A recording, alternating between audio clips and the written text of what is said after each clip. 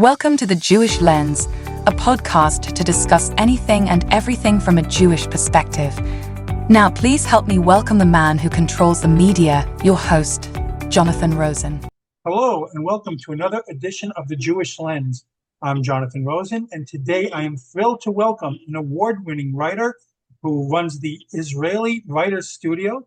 She's also a yoga instructor and authored several books, including her latest, Landed, a Yogi's Memoir in Pieces and Poses.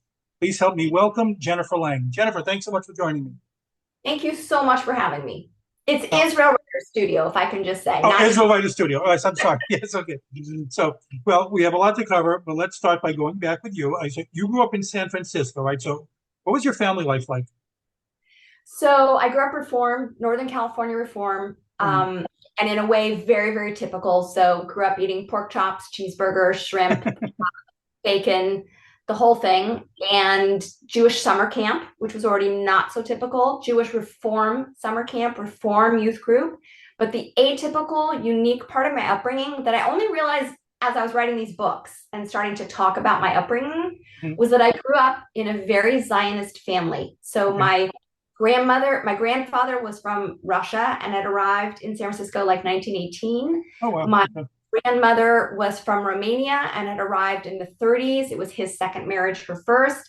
And she grew up in Habunim in Romania, very Zionist youth group. And then she and her siblings, her 5 younger siblings, were in Habunim in California. And in 1947, 2 got on a boat and immigrated to pre-state Israel, arriving in 48. Wow. So you grew up like very Zionistic and Reform as well. Right. And so in 1971, I was 5 years old. We made our first trip to Israel. Oh, wow. Then in 1975, a UJA family mission, solidarity mission. And then in 1981, 6-week youth group trip with Nifty. And so like by the time I was there in 89 and met my future husband, that was my 8th trip. Oh, wow. Yeah, not a common upbringing for my part.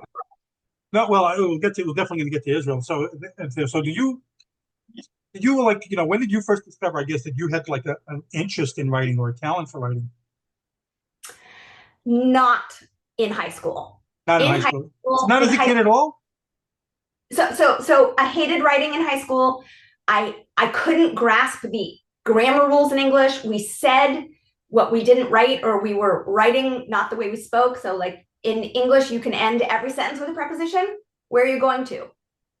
Right? But in writing, you don't want to write like that. And so the English teacher is trying to explain the one thing, but then we're all saying the other thing. And I couldn't make sense of it in my brain. But I was 6. My mom put me into French class in our community outside of school. And I stayed in French almost my entire career, academic career, all the way into college. And then I did my junior year in Paris. And in Paris, I mastered French. And in French, you cannot speak and end a sentence on a preposition, ever. Ever. You always have to flip it. And in mastering French and understanding in my brain how to flip my sentences, I understood English. And so I came to writing through the back door really, really late in my 20s. I didn't take one English class in college because I hated writing so much. I shouldn't be bragging. I didn't take one English lit class in college, scared of not being able to write the paper. And here I am, 59 years old, 2 books, and teach writing. So that's what I'm saying. So you didn't like this creative writing or journaling at all as a kid at all? Yeah. That's a different story. So did I do creative writing? I kept a journal off and on, starting from that first family trip when I was 10 to Israel. I have a journal from that summer. I definitely kept a journal off and on, like through middle school and high school and college and all those years. I don't think I was doing creative writing so much. I was doing dancing. My friends and I made up dance routines. Does that count? Sure, of course. It's creativity. It's like, yes. So what's the, I was going to talk about this a little later, but since you brought it up right now, what's the fascination? I mean, you're very involved in French. I was going to ask you about going to school there, which we'll talk about in a second there too. So your mother put you in French like very young. Just like, why? This is all curious. I don't know if she can really answer except to say there was a new program in the community, I grew up in a tiny city, a tiny community, and there was this program. You could either take French before school or Spanish. And my mom signed me up for French. It was a pilot program. I don't think there was much more to it than, oh, let's get Jennifer out of the house earlier in the morning. So it was just like on a whim, and then it just caught. It just... Well, I tried to quit in like third and fourth grade so I could walk to school with my best friend Alice. And my mom was so distraught that she called the French teacher, Madame Maker. Madame Maker came to the house begging me to stay. I said, no, I want to walk to school with my best friend Alice.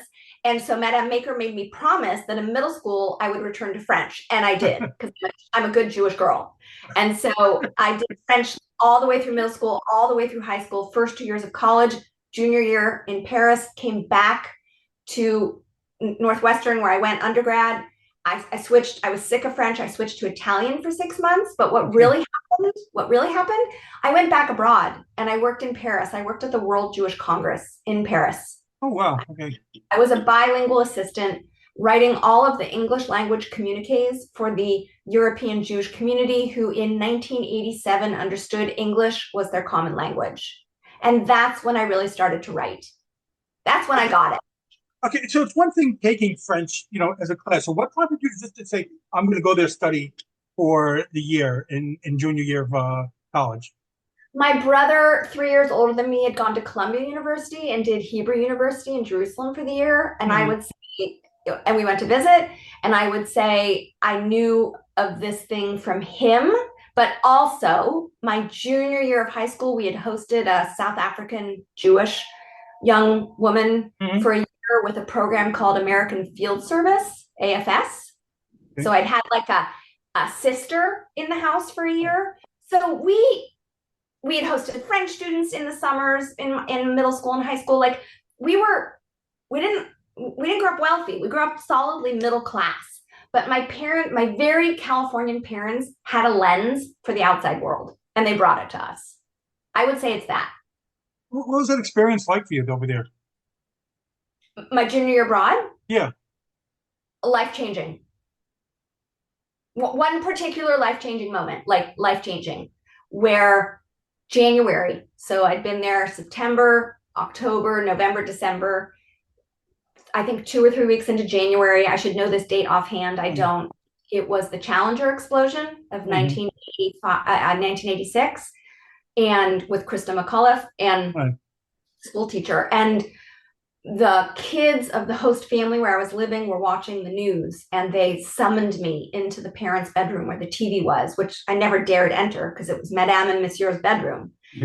And they're telling me to look at the television, and I'm watching this thing that everybody in the world, well, at least we the Americans, knew was going on. And, a lay person in the spaceship, and I'm watching it explode, and I'm hearing the English language newscasters from NASA broadcasting in America in English, and obviously understanding, but I'm hearing the French dubbing it, the French anchors dub it in the foreground, and I'm understanding it. So I'm midway through my junior year, and I'm completely hearing the two languages, like simultaneous translation. And I had this moment of, oh my God, if you speak another language, it opens your world in this crazy way. You get to talk to that many more people. And I had this moment of, maybe I don't have to live in America. Maybe I'm not going back to California. Maybe I could live in Europe. Maybe I could live in France. And so how did you get involved with the World Jewish Congress? What's the expression when luck has it and a job drops into your lap? When something really good drops into your lap? Like, do you want the whole story? Yeah. Okay.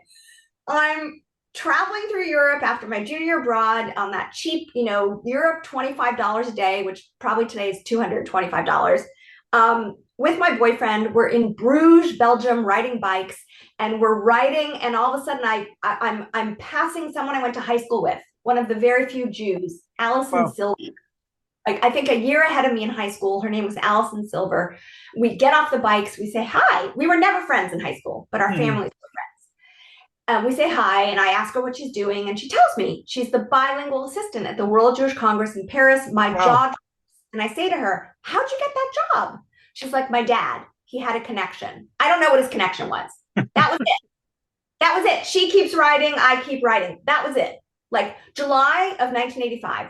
In, I don't know, March of 1986, my senior year of college, when I'm thinking, what the F am I doing after I graduate? I don't want to live in America with Ronald Reagan, and I don't want to be a yuppie. I get a phone call from Allison Silver, who called her parents in my small hometown, who called my parents to get my parents' phone number in my small hometown, who got my number in That's Chicago, incredible. my senior year of college, to say, I'm leaving my job. Do you want it? Are you coming to Paris? The boss won't hire you until you have an interview, but are you coming? And I said, yes. And I took a chance. I went. So, all right. So after junior year, though, you come back to the States, you finish college, and then you move to Israel. Okay, in between. No. Then I went back to Paris to be Paris for a year and a half, bilingual assistant. Yeah. And then Israel? And then Israel. So you were living in Paris. You've been all over. So what made you go to Israel that time? So my brother had made Aliyah and was living there. And two of my very dear childhood friends, one was there with her Israeli boyfriend, very serious boyfriend that she had met her junior year at Hebrew U. And the other one was in HUC, Hebrew Union College, first year of rabbinic school. And I went to spend time with them to see my great aunt, my great uncle, and my second cousins, and to immerse in Hebrew and learn Hebrew in Ulpan. So because I left my job 6 months early before my goal was to get back to the States to graduate school.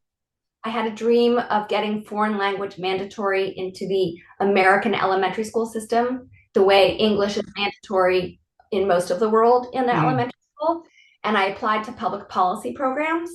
And I was waiting to hear whether I got in or not. And I had the 5 months to kill.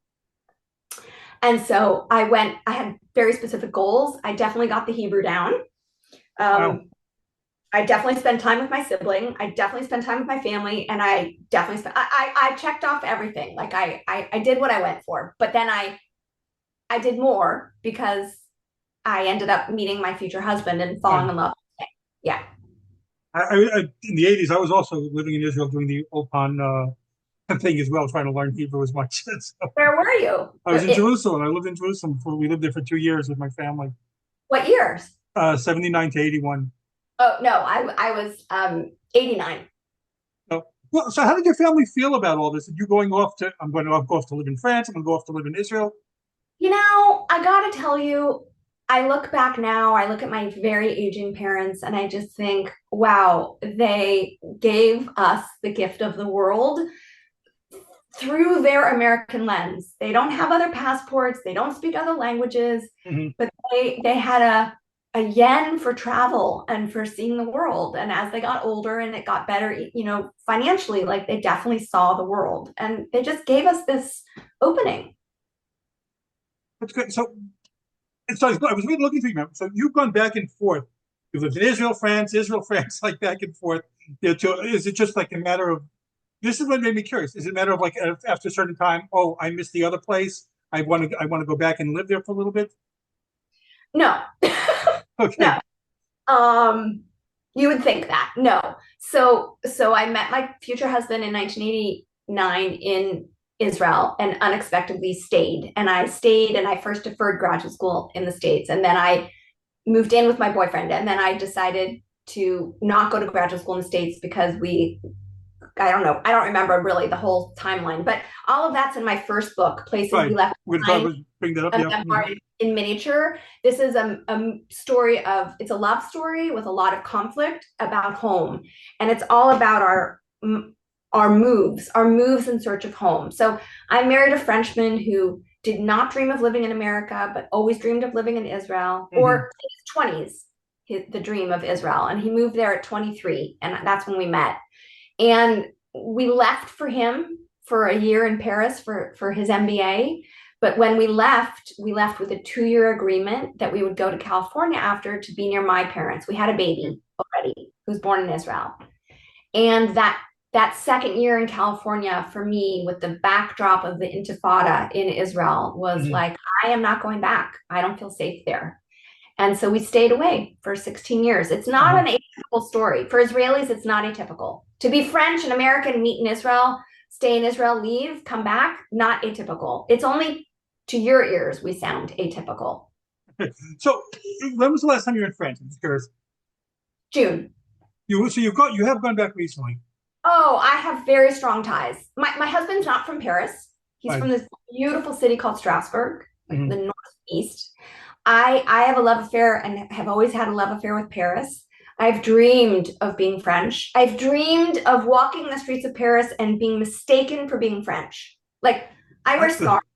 I wear scarves all the time. I just want that. But I'm never gonna have it. But so I'm curious now. Obviously, you've been back frequently because, one of the things I'm voracious watching news and things like that. So I always used to associate France with all these beautiful things, and I wanted to go. But right now, I just associate it with, I see all these anti-Semitic incidents. So how is it there, with regard to being Jewish, like now? I keep making these trips. So we live in Tel Aviv. And so to go from Tel Aviv to Paris is super easy. To go from California to Paris, not as easy. Okay. That said, it's really not easy to travel right now from Israel because there's so few airlines, but that's a different story. I was in Paris also last October. I was in the States on October 7th on my book tour for my first book, Places We Left Behind, a memoir in miniature. And I stuck to my itinerary. And so my husband and I had planned to meet in Paris late October, but of course he didn't leave Israel. Right. So many reasons, but I stuck to my itinerary. And I definitely heard the pro-Palestinian chanting, and I definitely saw and heard. When I went in June, I didn't see or hear anything. Mm-hmm. So, that's the tricky part with the news. I didn't witness anything. And I have 4 very, very, very close friends in Paris. 2 are Jewish, 2 are not. I felt fully supported. You were here in the States when October 7th happened? Yeah. So how did you first hear about it, and how did it hit you that day? It was horrifying. I mean, I have a daughter who lives in New York, and she was with me for the end of my book tour. And on October 9th, we flew from SFO to New York for the second part of my tour. Mm-hmm. And so we woke up in the same place on October 7th. I couldn't reach my husband or my grown son because they keep Shabbat. It was Shabbat. And I'm a little embarrassed to say, what ended up happening that day, but I asked my cousin for like a gummy. Again, we're in Northern California.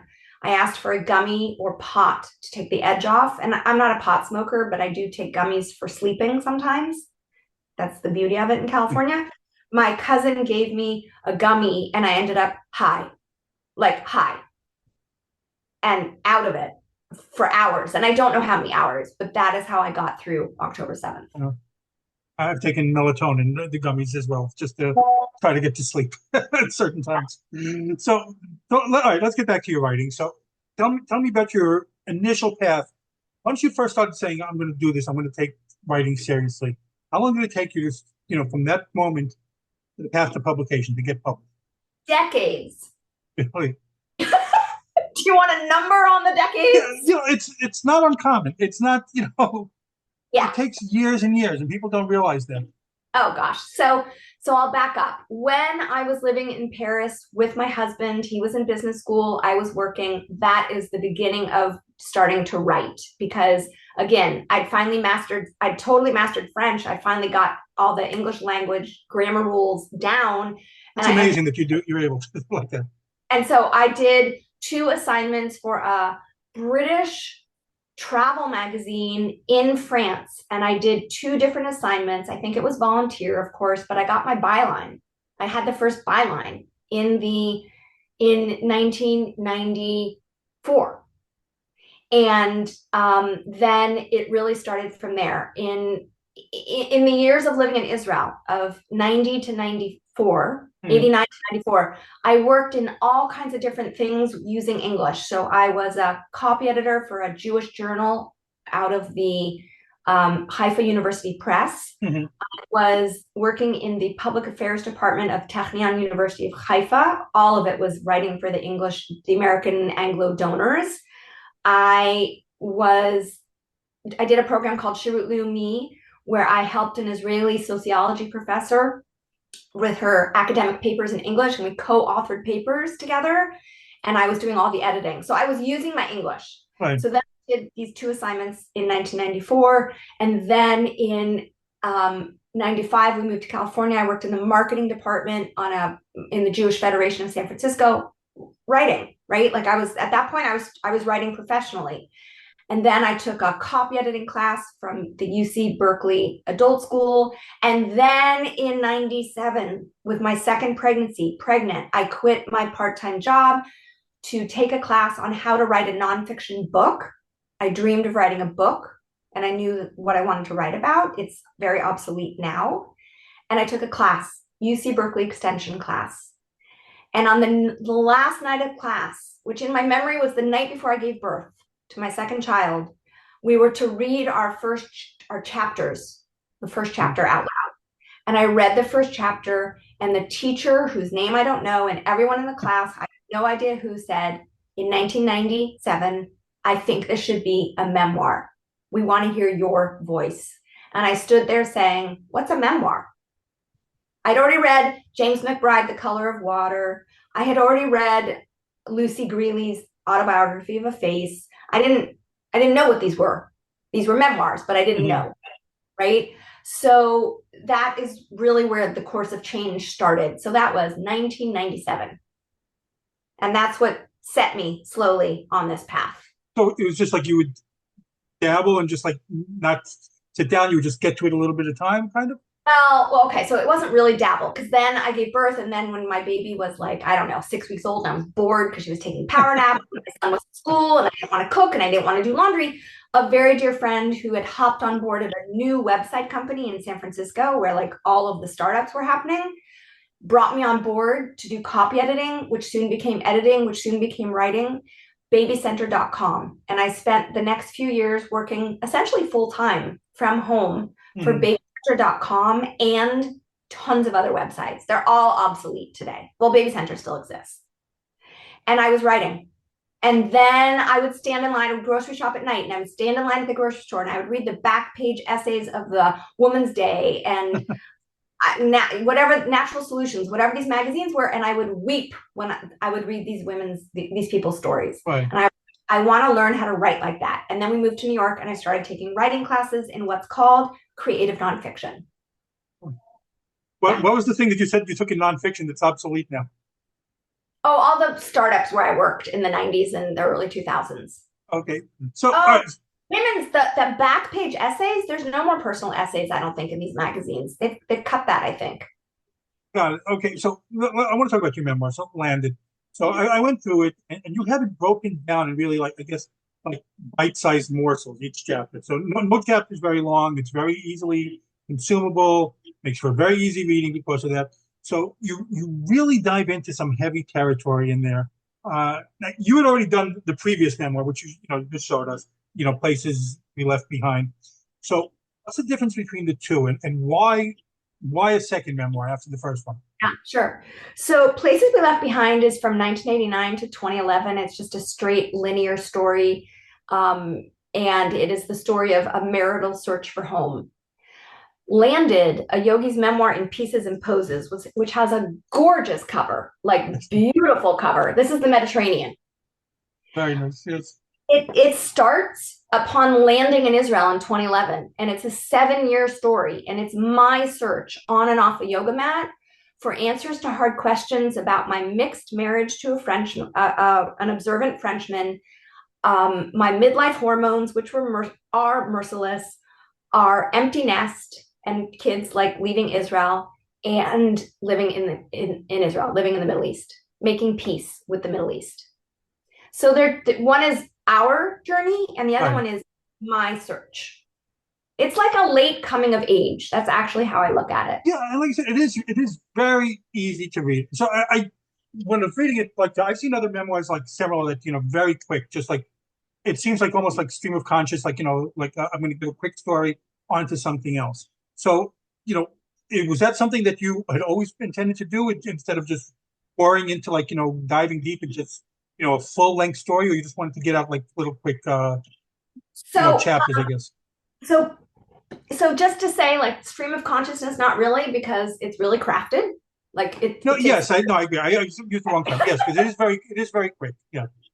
So, no, that was not where I started. I started with really traditional, boring, long sentences and prose, and unclear what I was writing about, and just lost in my stories sometimes, and flat, flat sentences, flat.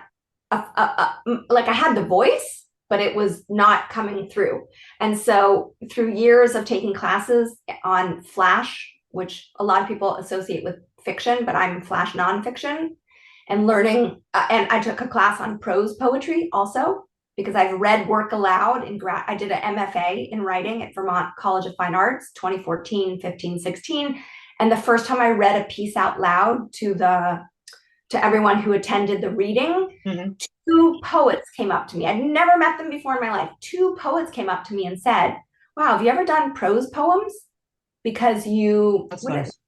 yeah, they commented on something, and I can't remember today what it was. And I also I'd never heard prose poetry. I didn't know what that was, because I'm not a poet.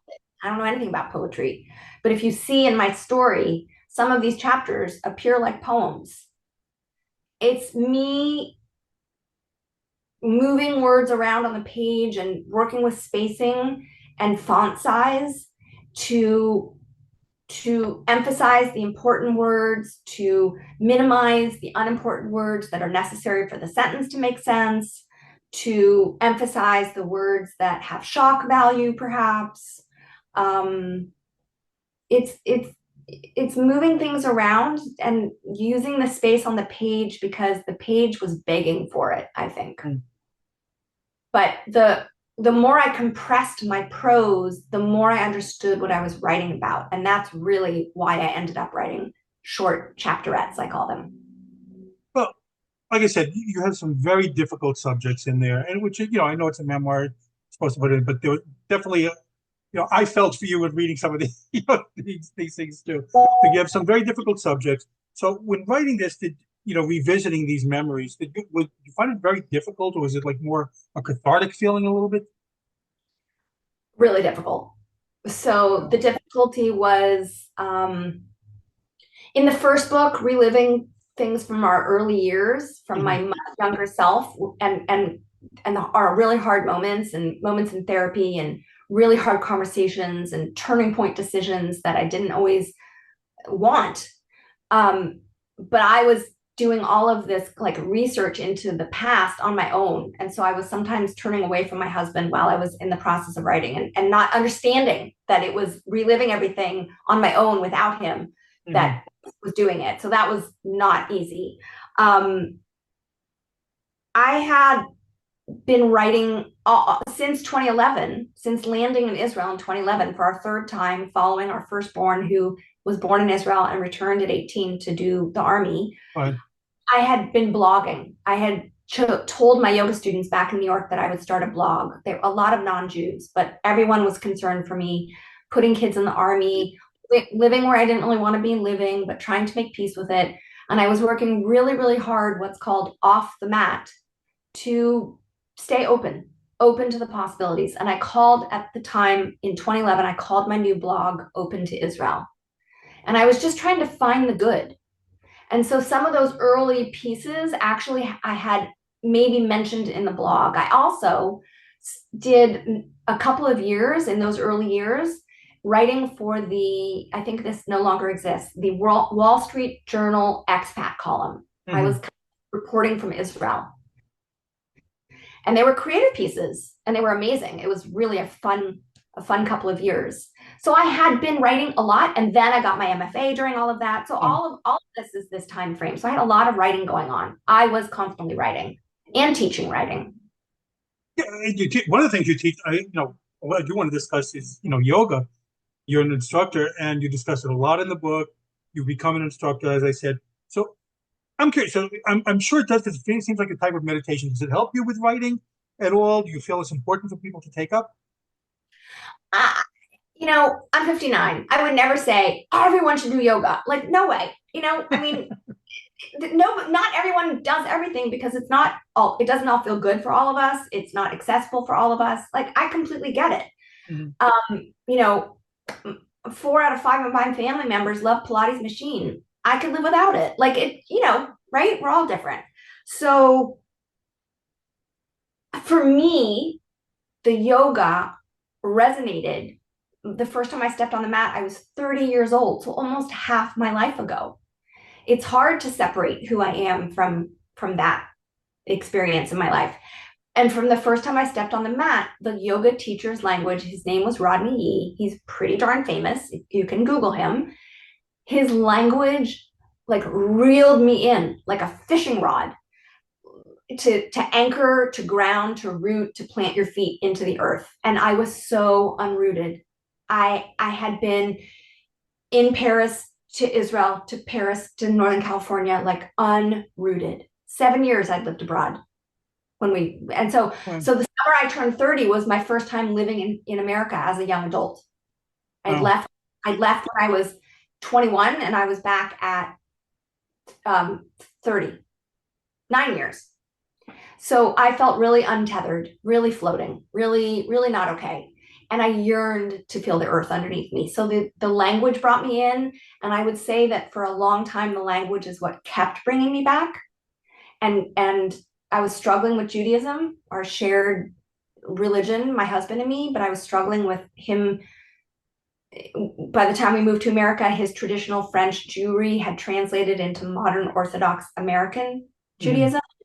And so we had our kids in a modern Orthodox preschool. We belonged to a modern Orthodox shul, modern Orthodox elementary schools. Like, I was really not okay in my skin in my home.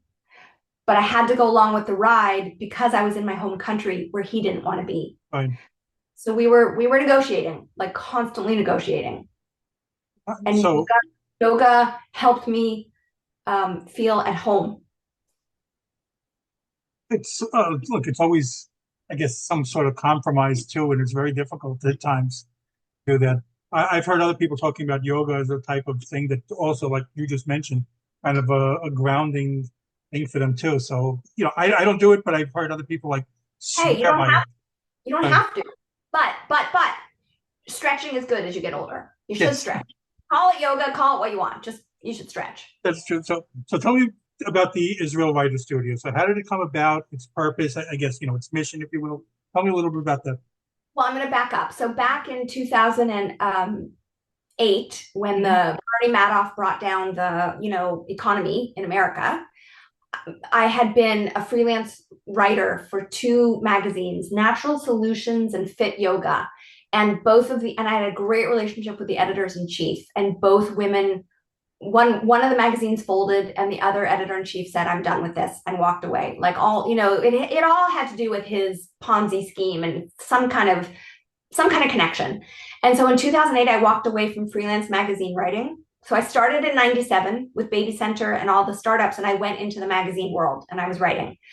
And I took the year of '08 to '09 to figure out how can I justify being a writer, because I was taking all these creative writing classes, if I'm not earning money. And I'd taken enough creative writing classes over the years and felt comfortable teaching, because I'd been teaching yoga already a few years, that I could launch myself as a creative writing instructor.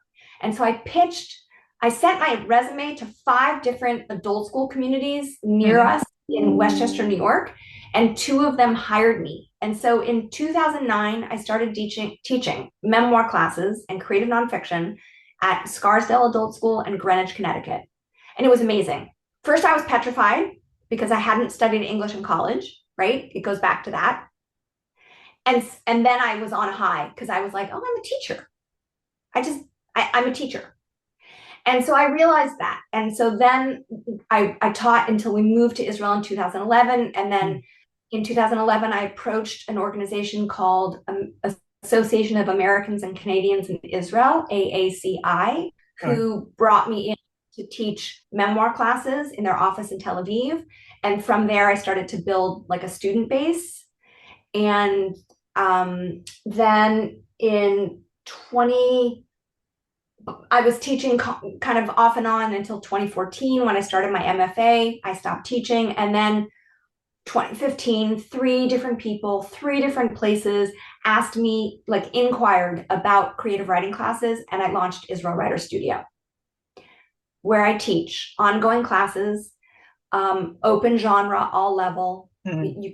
You can't be too picky because we're in a non-English speaking country, right? So we're not everybody writes in English.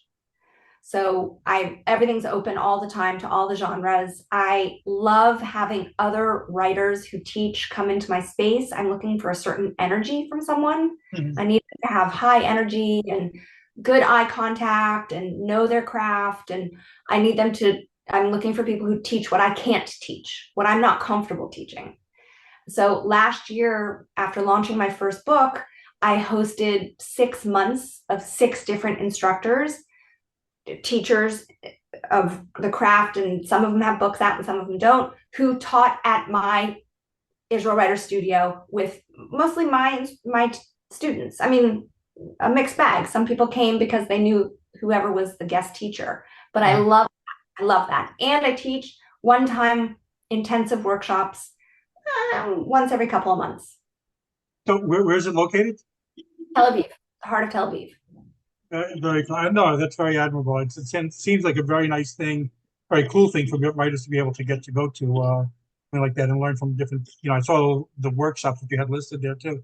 So I want to bring up one thing. So as we're talking today, you know, you're both writers here, so it's the same time as this whole anti-Semitic letter went out, urging writers to boycott Israel and really just put a loyalty oath to Jewish writers. So just some of your feelings on that when you see that like happen recently. Sad. I feel sad at the state of the world. Like, anger I don't think is helpful, but I'm full of sadness. Like I cry so easily. In Israel, I'm not going to speak for we. I'm going to speak for myself. I feel alone. I feel abandoned. I feel like the world has abandoned us.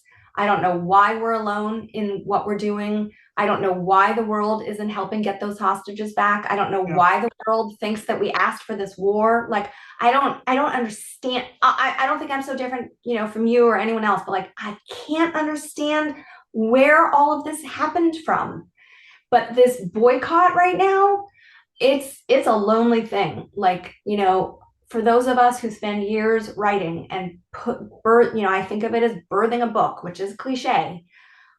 It's a hard reality. Yeah, I mean, I think you're allowed anger too. I mean, I definitely feel that as well. But yeah, there is definitely the feeling of alone, and it's you see more to me is you see who's not standing by you. That's the right thing. So I kind of just came home from my last book event yesterday, which was not well attended at a synagogue in San Francisco, and cried to my hostess, my friend. And I was saying that I remember my Bubba, my Romanian-born grandmother, who had 2 siblings move to pre-state Israel in 1947, 48. My Bubba and Zeta they were involved in everything. Israel Bonds, Hadassah, Hebrew University, Witzo, everything. They hosted so many events and so many Israeli dignitaries who came to San Francisco. Yeah. And if you knew my Baba and you didn't reach out to her during, let's say, a war and ask about her family, she cut you off. She stopped talking. And I don't want to be my Baba, but if I were to be my Baba, my world would be tiny right now. Yeah. Because so many people have not checked in with me this past year. From my MFA program to, I could just go on and on. I was at my 40th high school reunion last September in California. I saw people who I hadn't seen in decades, and we had a great night. And where do you live? And Tel Aviv. And this was September of last year. And along comes a war, and everyone knows we can reach out on Facebook. A lot of us are connected. Yeah. I mean, 2 people reached out. Yeah, it surprised me which ones did reach out actually too, and I'll be forever grateful to those people. It's like some surprised me, like, wow, that's really nice, and then there are others who you bought should and have not. So yeah, it's the same. So Yeah. what are you working on next? So my Bubba and Zeta, who I've just mentioned a few times, I know I'm trying to step into my Zeta's shoes and recall his voice and like historically fictionalize their arrival in San Francisco and their building of the Jewish community in the early 20th century. And you think you should be done by next year? Oh my God, no. Like we'll talk in 5. Let's talk in 5. I'll be in my 60s. So how can people follow you on social media? I'm at Jen Lang Writes, JenLang Writes on Instagram and Facebook. And I'm at IsraelWritersStudio.com. Well, Jennifer, again, I want to thank you so much for coming on. It's been such a pleasure talking to you. Again, the book is Landed, a Yogi's Memoir in Pieces and Poses. And it's like I said, it's a very quick read. It's just, you can go through it really in a day if you just keep going. Please leave a review on Amazon and yes. Goodreads, please. I shall do that myself. But again, thank you so much. Thank you. Thanks so much. Again, this has been The Jewish Lens. I'm Jonathan Rosen. And a very special thanks to Jennifer Lang. And please like, comment, and subscribe. Thanks for tuning in to The Jewish Lens, where all items used was strictly kosher.